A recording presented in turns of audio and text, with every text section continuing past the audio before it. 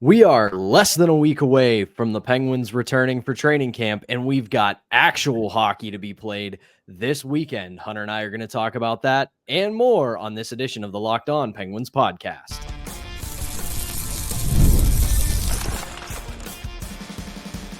You're Locked On Penguins, your daily podcast on the Pittsburgh Penguins, part of the Locked On Podcast Network, your team every day. Hello and welcome back to another edition of the Locked On Penguins podcast. I'm one of your hosts, Patrick Damp. You can follow me on Twitter at synonym for wet. Joined as always by the one and only Hunter Hodes. You can follow him on Twitter at Hunter Hodes. You can give our show's account a follow at LO_Penguins. And we thank you for making this part of your daily routine because we're your team every day. And before we get started, today's episode is brought to you by Gametime. Download the Gametime app, create an account, and use code LOCKEDONNHL for $20 off your first purchase. What time is it? It's game time.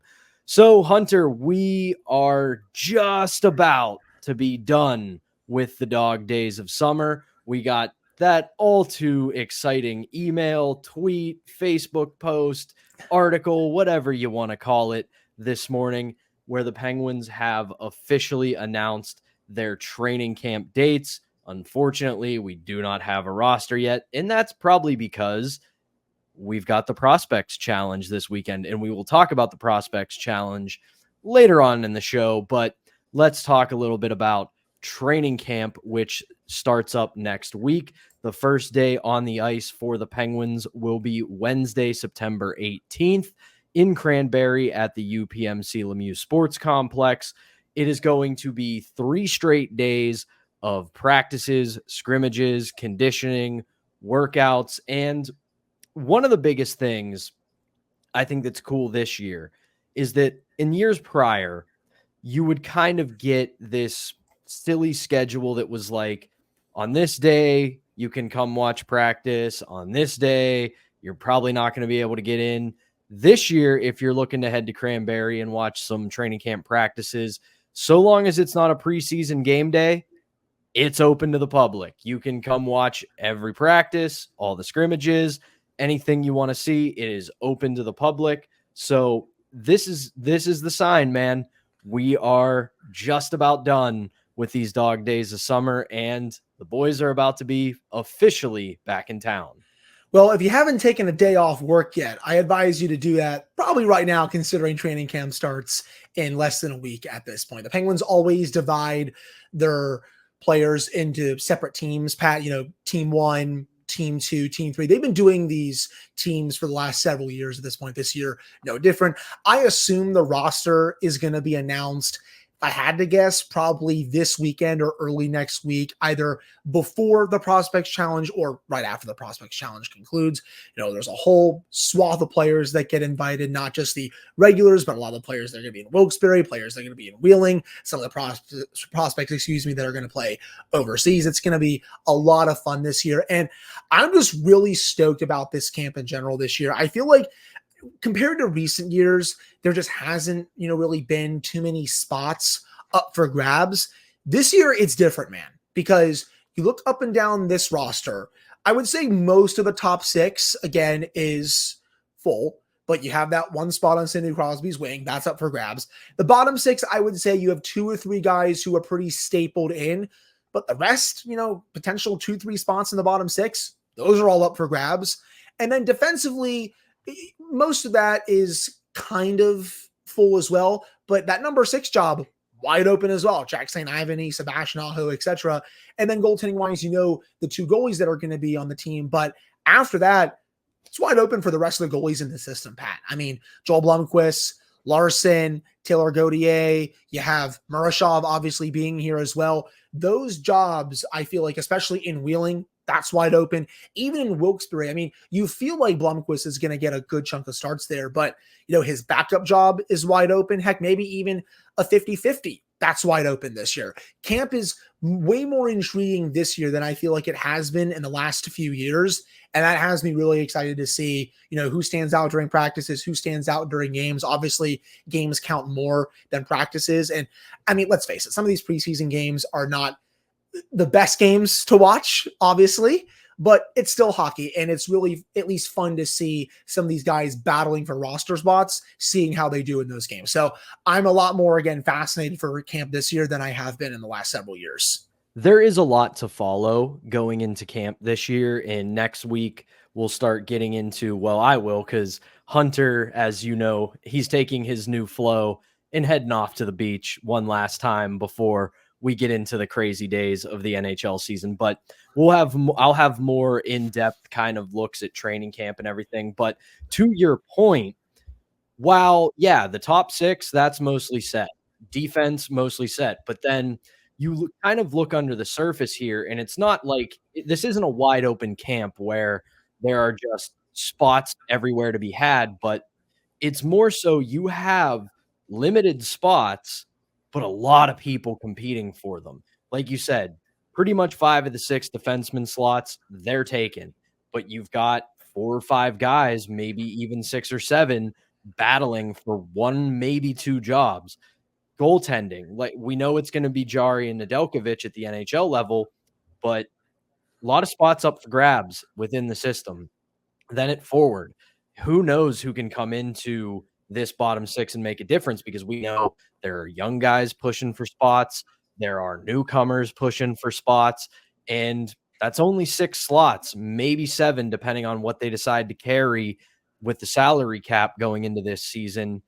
But then the other thing that's intriguing about training camp this year is this is a bit of an extended preseason for the Penguins. There are 7 games to be played in this preseason.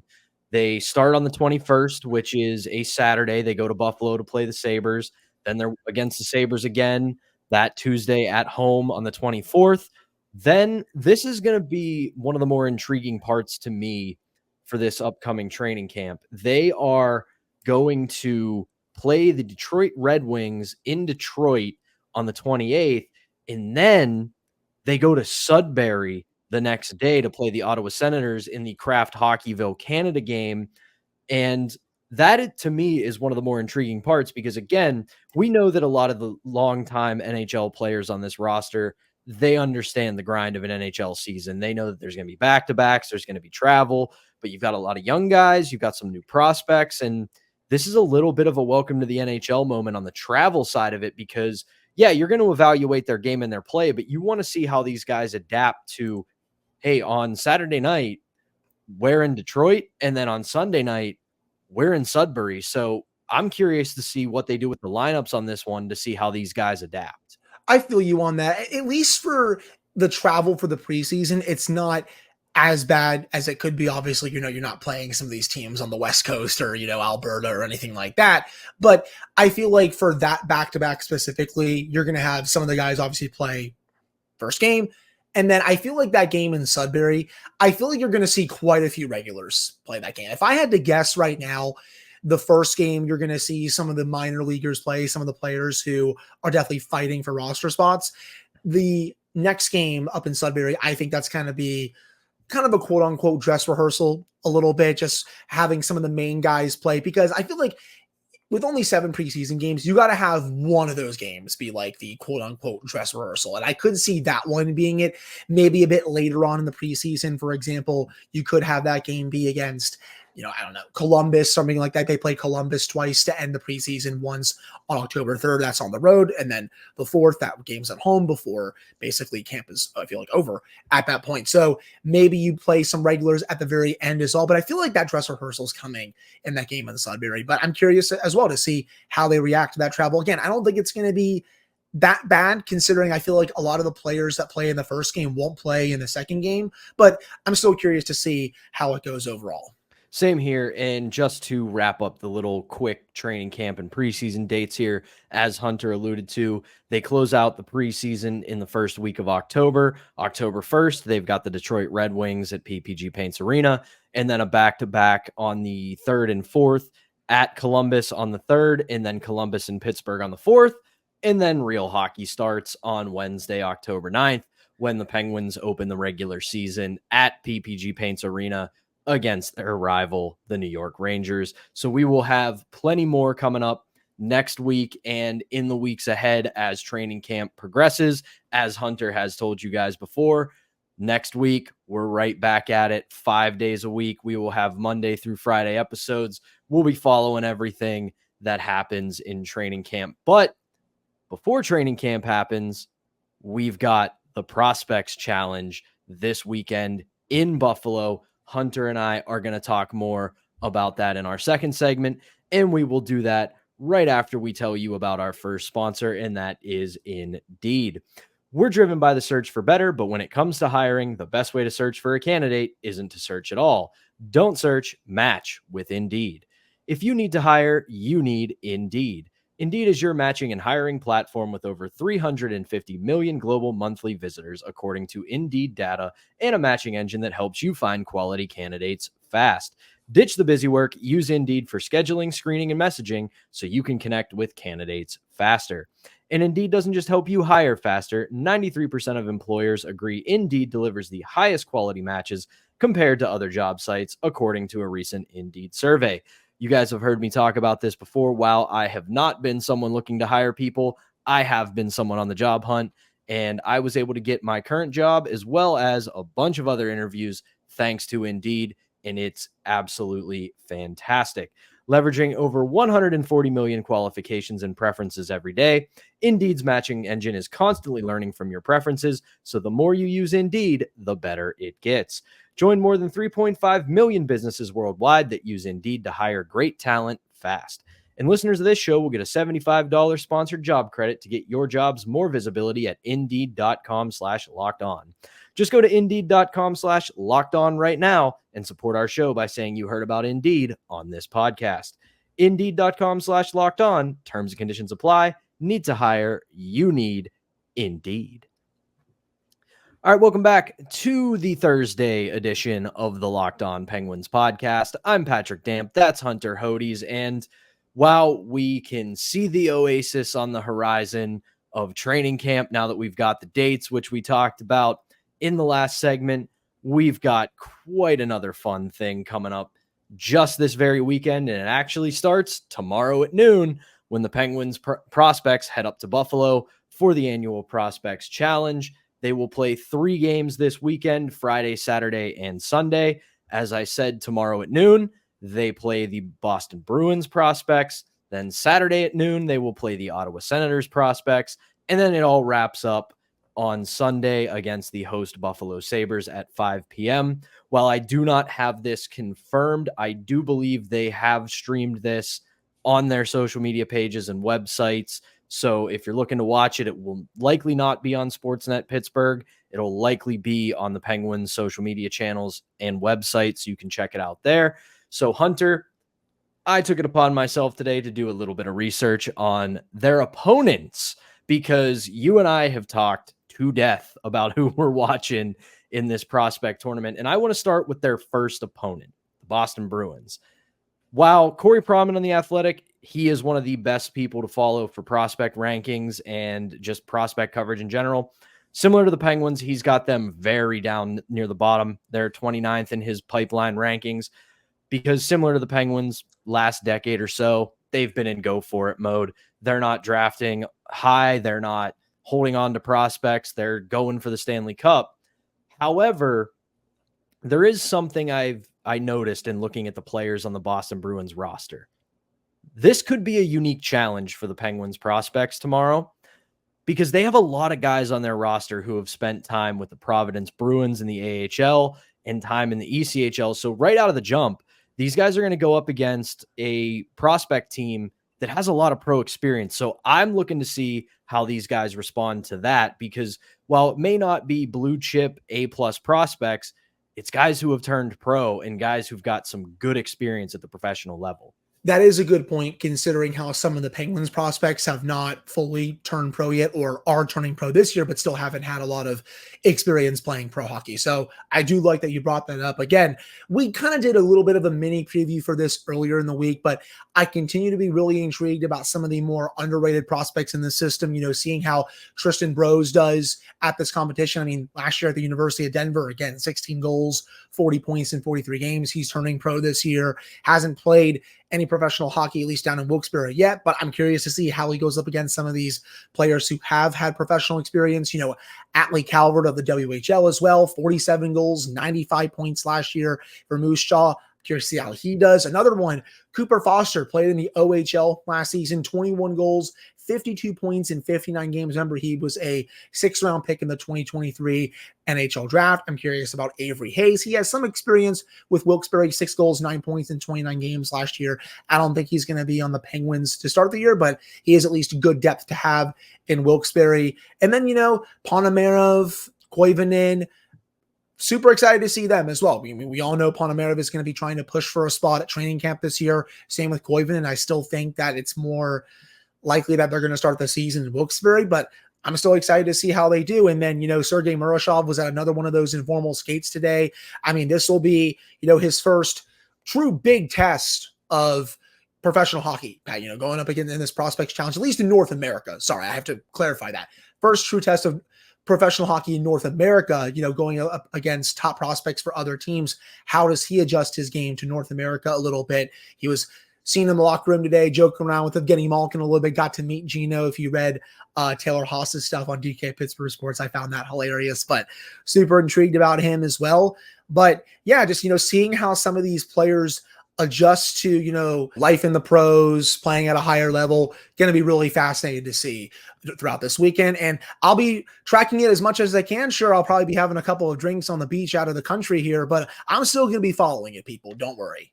Yeah, it's going to be a bit of a rough follow for me as well, because this is my birthday weekend. So I'll be out having a little bit of fun.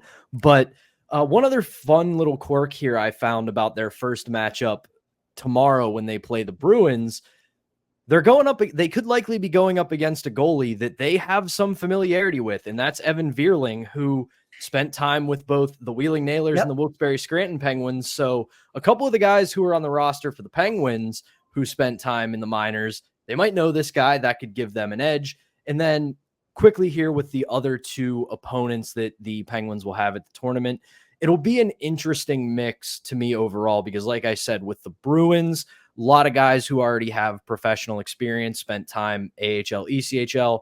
Then you've got the Senators on Saturday. And this will be interesting because, again, this is one of the teams Pronman has in the top 5 of his prospect rankings for their pipeline.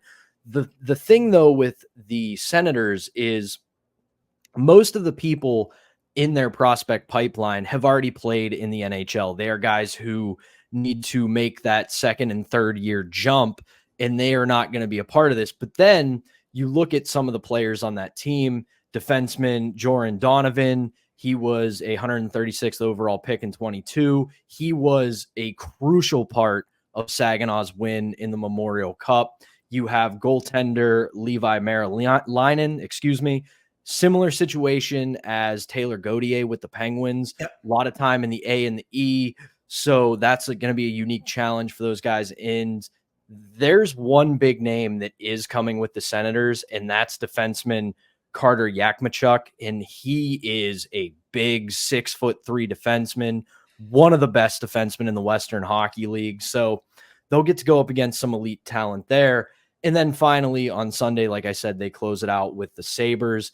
They've got Konsta Heleninas. He was the 14th overall pick in 2024. He has pro time in Finland. And this game will be a big test for them overall, because they have a ton of good forwards in their system. And that's when we're going to see, depending upon which goaltender gets that game, because they are taking 3, which kind of tells me all 3 goalies will get a game. A team with a lot of good forwards and offensive upside. So the defensive prospects and the goaltending prospects will have a lot on their plate when they play the Sabres on Sunday. Yeah, I think that's the game where you go Murashov, with the amount of talented forwards they have coming into that prospects challenge. I think you got to throw Murashov to the Wolves there and be like, okay, you're going to go up against some pretty talented forwards, because the Sabres have one of the better prospect pools of all the teams in the league. They have more young players on the way. You would potentially think that the Sabres will take a next step this year, considering how they've just been stuck in purgatory for the last decade at this point. I mean, it feels like they're getting close with how much young talent that they have coming through the system. But still, going back to my original point, I still feel like that's the game you give to Murashov to be like, okay, Boston, their prospects aren't that good. They have pro experience. We're going to give this to someone else. Same with Ottawa. They have a very good prospect pool overall, as we know, but I still feel like the Sunday game makes the most sense for Murashov, who, again, he's one of my 3 players that I am most intrigued about heading into this challenge. Yeah, same here. And I would agree with that. I think putting him in net on that Sunday game is probably just the best overall for both his development and for evaluation to see where he's at. And then I think when you play Boston tomorrow, putting Taylor Gauthier in net would make sense since he's got that similar minor league experience against a team like the Bruins who have the same. But one last time before we throw to break here, just so everybody remembers, you got the Bruins on Friday at noon, the Senators on Saturday at noon, and then the Sabres on Sunday at 5 o'clock. So that kicks off tomorrow. We'll obviously try to follow it as best we can, despite both of us probably having ourselves a little bit of fun this weekend. So I'll Make have sure some you guys more. wish Pat happy birthday in the comments or send him a DM and such, people. It's 34. Who really cares? But anyway, so I will have more on that on Monday when we return with a new episode. So that'll do it here for our second segment. When we come back, we're going to finish up the show with our little summer catch-up series. We're going to talk about forward Cody Glass and what the expectations for him could be this upcoming season. And before we do that, we're going to tell you about our next sponsor, and that is Gametime. You guys know my story and why I love Gametime, because all those years ago, tried to get that ticket from a scalper at the old Mellon Arena, and I was in a section and a seat that did not exist inside Mellon Arena. And Gametime has a new feature called Gametime Picks that makes getting tickets for your favorite live events even easier. Gametime Picks filters out the fluff to show you only incredible deals on great seats, so you don't have to waste time searching through thousands of tickets. You can pick any live event through the app. Going through Gametime Picks, you can get super deals, including you also have features such as customize your spot. Curated deals will make it even easier to find the best prices on great seats. And all-in pricing, when you toggle that feature on, you get the total upfront, so you're not hit with any of those annoying surprise fees at checkout. Seat views, get a panoramic view from your seat in the app before you buy, so you know exactly what you're going to be looking at when you get inside the venue. And then there is the Gametime lowest price guarantee. If you find a better offer, Gametime will credit you 110% of the difference of your ticket in the app. And Gametime coverage covers your purchase with the most flexible customer service policy in the ticketing industry. So take the guesswork out of buying tickets with Gametime. Download the Gametime app, create an account, and use code LOCKEDONNHL for $20 off your first purchase. Terms apply. Again, create an account and redeem code LOCKONNHL for $20 off. Download Gametime today. What time is it? It's game time. All right, welcome back to the Thursday edition of the Locked On Penguins podcast, the episode that we do before we send Hunter off on his final offseason vacation before the craziness of the NHL season kicks off. And to finish up today's show, we are going to talk about one of the offseason acquisitions to kind of put a button on our offseason catch-up series here, and that is forward Cody Glass. Acquired via trade not all that long ago. This, Hunter, fits into kind of the mold of just about everybody that the Penguins have brought in this offseason. It is a low-risk, high-reward reclamation project. Cody Glass, the most fun fact I can say about him is that he was drafted in 2017, 6th overall by the Vegas Golden Knights, making him the first ever draft pick in the history of the Vegas Golden Knights. But since then, hasn't been the most productive career for him so far. 187 games played, 29 goals, 71 points, with his best season coming in 22-23 with the Nashville Predators, where he scored 14 goals and 21 assists.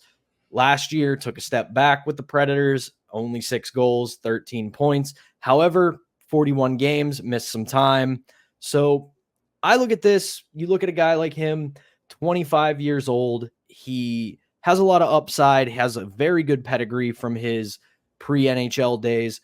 I think this is a guy they're looking at as he's a younger guy, has plenty of upside, and it fits the mold of the kind of player they're trying to bring into the system. So I look at him as a player that if you get something great out of him, fantastic, it worked out. If you don't, no big deal, not a lot committed to him, and you can just move on. Right. He's only 25, so I am glad that you're taking a chance on, a younger player for a reclamation project as opposed to, maybe bringing in someone who is a bit older. Now, granted, I know they kind of did the same thing with Kevin Hayes, so I might sound like a little bit of a hypocrite there, but I do think Kevin Hayes also has more to give considering how he played last year in St. Louis, where I just felt like that fit wasn't there for him. But, taking a chance on someone like Cody Glass, who did have a really good season in 22-23, I think that is some smart business from Kyle Dubas. He may not be as good as he was that year for the Penguins this year, but I also don't think he's going to be as bad as he was last year for Nashville. 41 games, 6 goals, 13 points. I see him as, a decent bottom 6 depth option, someone who can play third, fourth line minutes, whatever line you want to put him on down there. I don't think he's going to be playing in the top 6 unless some injuries arise. You go back to his really good season in Nashville, during the 22-23 season, 72 games.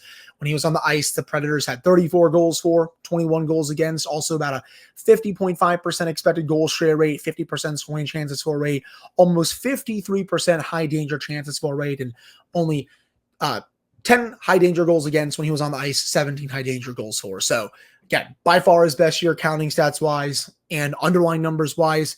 If you can get that type of year from him, that would be great for depth purposes, considering how woeful the bottom 6 has been the last 2 years. Do I think he's going to give them that type of impact? I want to see it before I believe it, though. Again, I don't think he's going to be as, down bad as he was last year for Nashville, where he just really wasn't fitting in overall. I do think, a fresh start for him in a different system, which I do think rewards, more offense will benefit Cody Glass, but he also has to win one of these jobs out of camp. So I'm curious to see how he does throughout the next month and change heading into the regular season. But, in terms of what I expect, somewhere, best case, maybe 10, 12 goals, potentially even more. But that would be nice for the Penguins this year if they're able to get that out of Glass. Yeah, that's kind of the same expectation that I have for him, somewhere in that range of 8 to 12 goals, 25, 30 points. If you get that out of a bottom 6 forward that you essentially acquired for a prospect that really didn't have much of a future in your system. That trade was Jordan Frasca. They sent him to Nashville and they got Cody Glass, as well as a 2025 third round pick and a 2026 sixth round pick. And he's only signed through this year at $2.5 million. So again, if it doesn't work out, you don't have a ton of money owed to him. And it's not like he's here for 3 or 4 more years. He's here through this year. If he does well, commands a big raise, you can let him go. If it's good enough that it helped out, you can probably bring him back. So overall, this really isn't that bad of an acquisition by Kyle Dubas. And I look at it this way: when he started to really, I don't want to say come into his own, but become more of a consistent NHLer, he really was a victim of a numbers game because, yeah, the first year of the Vegas Golden Knights, he was not there. So it was kind of moot. And when you had the Golden Misfits, but then he starts coming into his own with Vegas in 2019, 2020, and then 2020, 21. And that's when we realized who the Vegas Golden Knights were. They were going to get every single shiny toy they could possibly get. And whether or not he was great, which obviously he was not, there were so many other big ticket items on Vegas's roster that he was going to get bumped out most likely. So you bring him into a roster like this one with the Penguins, where you have a handful of open jobs. He's on an affordable deal. He's younger. I think there's a lot more opportunity here for him in Pittsburgh than there was Vegas or Nashville. No, I agree. And he'll have plenty of chances to potentially iron out a roster spot on this team. I think I'll be curious to see who Mike Sullivan puts him with, during training camp and preseason games to give him that opportunity to make this team out of camp. I do think deployment with him will be a key for me. You don't want him, deployed, in my opinion, in, too many defensive zone situations. I know Mike Sullivan has been doing that a lot with his bottom 6, especially these last couple of years. Kind of wanting to get him away from just doing that in general, just because I want more potential offensive opportunities from the bottom 6. This year, They should have more just because I think the bottom 6 this year is a bit better compared to last year. But we all know how Sullivan is with his deployment, especially, late in games when, they're trying to defend leads and he'll put the bottom 6 out there and all that stuff. So I do think deployment for Glass is going to be key. If he does make this team out of camp and then, gets the minutes during the regular season and such. But, I'm, I guess, cautiously optimistic. I'm not expecting the world out of him. I don't really think I'm going to sit here and expect, 15, 20 goals from him. But again, if he can, give this team, 10 to 12 goals this year in a depth role, I will gladly take that.